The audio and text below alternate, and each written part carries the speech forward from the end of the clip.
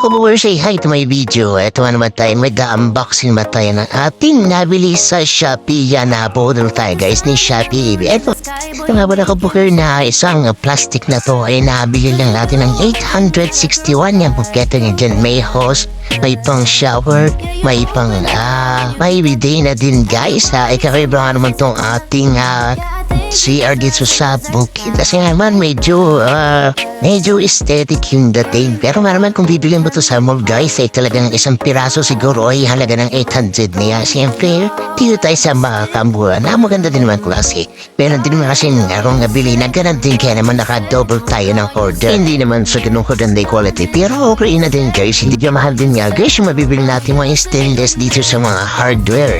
Dito nga guys at atin lang nabuksan sa wakas ng ating mga nabili. Haring daling areo na sa planner vlog. Kaso nga lang isabi, kailangan dong i-video. Kasi naman pag may kulang o may maling item na na-deliver ay pwedeng i-break at kung walang video ay hindi nila ma-accept yung iyong complaint. Kasi nga naman nung kami napunta ng makiling, abay yung isang piraso ng shower ay nagkakahalaga ng 1,000. Diyos ko po, ay nga naman na 861 lang ay kompleto na. Siyempre, kung budget ang yung pera mo, ay dito ko na si Shopee bumigay. Siyempre, alamin mo din mga reviews kasi minsan ay talagang pangit yung reviews at ito naman talaga ay nasubukan ko kaya niya yung shower. Kaya naman sabi ko, hindi kayo papaya kasi nga naman ay nasubukan ko at gamit ko din nga dito sa aming CR dito sa bahay. Itong handle ng kanilang bidet yan ay plastic guys, hindi yan stainless. Baka naman happy yung stainless ay siya ay doon ko sa mga mawahalin. Wait natin naman kasi ibang samantagal nga naman.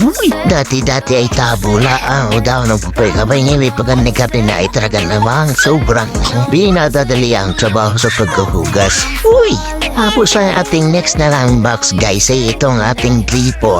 Sabi ko nga naman dito siya ay magandang klase na kasi naman medyo stainless na yung kanya tapos coated siya ng black na pintura siguro yan. Tapos may mga kasama pa din siyang mga pre-nut teflon guys. Yan ay hindi ka nabibili kanti lang may mga gamit ko diyan. At sunod nga naman natin ang box guys ay itong Engen Pub na gagamitin natin dito sa ating bidet at sa hose papuntang ang power na sa ating tapos bumili din tayo nitong ating hose yan ay gagamitin naman natin sa ating laboratory. Ito mo yan ay na-stretch na kahit sa mga gusto kahit po sa mukha mo ay mga bagat kalak na ating save kung ganyan din lang yung ating bibilin sa mga hardware. Ayan may mga kasama pa siya mga pre na kailangan din natin para may kabitong ating mga hose at mga gripo at yung mga shower. Ayan rin na save natin guys. Next naman natin na unbox guys ito ng pang shower guys. Ito naman guys medyo plastic yung kanyang pinaka shower head. O syempre goods na din para sa kanyang price. Ayan kita mo dami yan dahil kung anong gusto mong klase ng labas ng tubig kung gusto mo konti lang o gusto mo yung malakas sa iba like how ikaw na pumili. Tapos yung kanyang hose guys ay stainless din niya kaya okay naman. Kaya naman mga kabuwi kung nagtitipid ka click mo lang yung link na ipopost ko dito sa ating video para makabigay kayo guys. Siyempre sa panangyayari lang natin maratipid. Siyempre mo continue mo item. Okay guys, salamat sa panonood. See you on my next vlog. Thank you for watching and peace out.